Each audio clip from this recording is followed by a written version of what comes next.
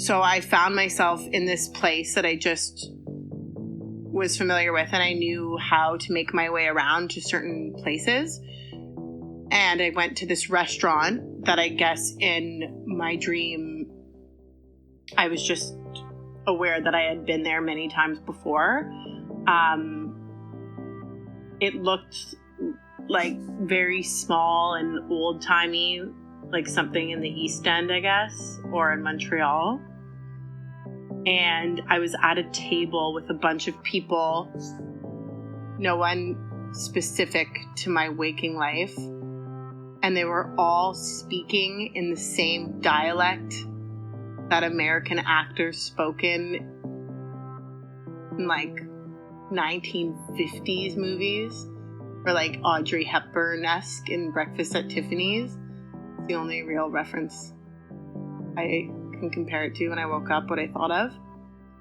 And I'm at this table and there's a discussion going on and I'm a part of it. And at one point I get up from the table and I go to a convenience store. And again, I just know exactly how to get there. And I'm in this convenience store and I get money out of a machine. I get like $150.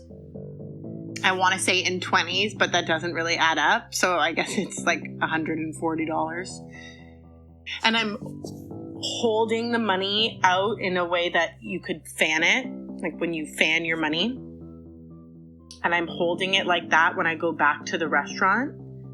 But when I'm back at the restaurant, the table and all the people I was with at that table are gone. Some of them are standing up paying. There seems to be this line or a wait to have to pay.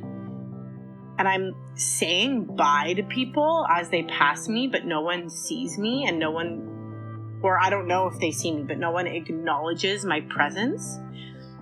And at this point, I'm feeling extremely anxious. And it's like one of those dreams where you're in and out of sleep and you're kind of aware that you're dreaming. So I'm very aware of the feeling of being anxious. So all these people are passing by me and I'm waiting to pay because I don't want to dine and dash. And I'm holding all these 20s out, kind of trying to get the attention of the guy working behind the bar. And I'm holding them out in a very show-offy way. But I can't really seem to get anyone who works there's attention. And it makes me really upset. So then I just leave and I didn't pay. And it's nighttime, but it's not nighttime. It looks almost like an overcast day. But for some odd reason, there's this acknowledgement that that's what nighttime is like in this dream. And that's all I really remember about that dream.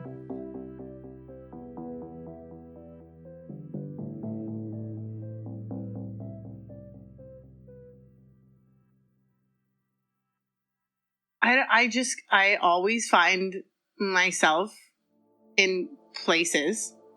Like, you know, when you read a story from the 90s, like a children's book, and there are those little maps of the town at the beginning.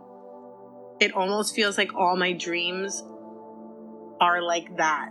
Like they're these little old-fashioned movie sets of like New York City, but I just somehow know where everything is. The dialect in my dream being very old-timey, like how I kind of feel actors in old movies, like they're kind of speaking fast with an accent, like very breathy. I watched Breakfast at Tiffany's earlier this week for the first time, so that's 100% why that was in my mind. The movie's really sad, and the acting's really bad. The reason that movie I found a little depressing is because every time they're outside, Audrey Hepburn's outside with that blonde dude or whatever the fuck his name is, there's no one around. Like, there's no hustle and bustle, and it's eerie. And I feel like in my dreams, it's the same sort of thing when I'm referring to a set. There's like almost no one around. And no one is acknowledging me. It's like I'm a ghost. Like I can see them and they can't see me type thing. Definitely in the dream, there was no guilt, where in real life, I would hope there would be some guilt. It was more related and rooted in what other people are going to think of me not paying, or like not leaving this huge tip in cash. It's, I guess, like comes from like a need to impress people, or a need to be acknowledged, or a need for people to know I have money. I feel the closer I get to 30, even though I'm only 26, so you might be rolling your eyes, but the closer I get to 30, the more I feel the path I've chosen, which when you're in your early 20s, you're like, whatever, it's unconventional, no one cares. But the older I get in my 20s, the more I can feel this unspoken judgment from a lot of people's parents, for example.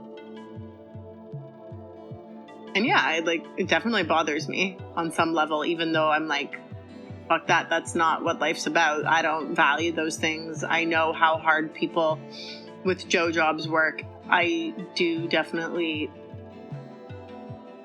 feel people's energy when I talk about things that I do. And I don't know, I'm really big on feeling energy, and I guess it overwhelms me because I somehow like take on their energy of judgment. A lot of the people maybe I grew up with, in like Midtown Toronto, Yonge and Eglinton, a lot of people I grew up around are very, very wealthy. The older I get, I'm more aware of how much their parents value their children being wealthy. Like, for example, I was at dinner with a friend, and the parents kept talking about how much money their child was making, how excited they were that their child was going to be making a lot of money, rather than being excited that their child really liked their job or felt really happy in their job. And this was a circumstance where it was very much obvious because they were saying it out loud. But even people who don't say it out loud, I know there is that unspoken want for your child to be well off. Not for everyone, but for a lot of people, definitely in my life.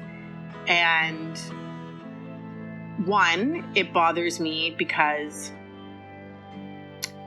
maybe I'm jealous that I don't have that kind of like financial security. Two, it bothers me because I feel as though I work just as hard, and there's that judgment from a lot of people who have maybe never worked in the service industry or had multiple little jobs to get by, so they don't really acknowledge how hard it is. And then number three, being an actor, if someone has never seen you in anything, because let's face it, like I'm not in anything quote unquote famous in their mind, they don't really think that you're any good. It's that, that stereotype, like, oh, she's a waitress in LA trying to be an actor, just like everyone else. So I can just almost read their mind that that's what they're thinking. The older I get, the more I realize that the most important thing in life is being happy. And you always know that because people say that, or it's on a magnet or on a wine o'clock, live, laugh, love sign in someone's house in the country. But it's actually true that being happy is the most important thing. Everyone's so unhappy, and it's a part of life to be unhappy, but the world we live in is so dangerous and toxic that I realize the only freedom you have is truly in your mind and your mindset and your outlook. So I don't know. I don't know how to achieve it. Obviously, there's moments of it. Like, for example, riding your bike and listening to music, and you are so wrapped up in that feeling that it's just awesome.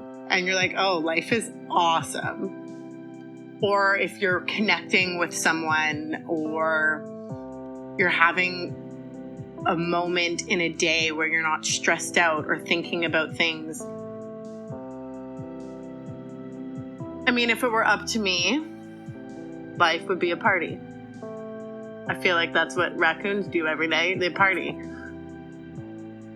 Like, that's what life is about. I've really become obsessed with raccoons over the pandemic. The one animal I was afraid of, I'm no longer afraid of. I admire them greatly. Like, stealing other people's food, fucking fighting in the trees, like having sex. Like, they're like the Artful Dodger and Oliver Twist. They're cool.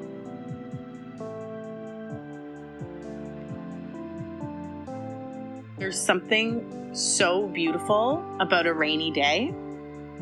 There's something so incredibly sad about a rainy day, but at the same time, it's so happy and quiet, and it smells good, and it's depressing, and it's nostalgic. Like, rainy days are so nostalgic, and that's why they're so beautiful and everything in between. That feeling that a rainy day makes me feel like, and there is a lot of sadness in it, is the tone of most of my dreams, especially this specific dream. And you're like, wow, life is so sad, but that is so damn beautiful.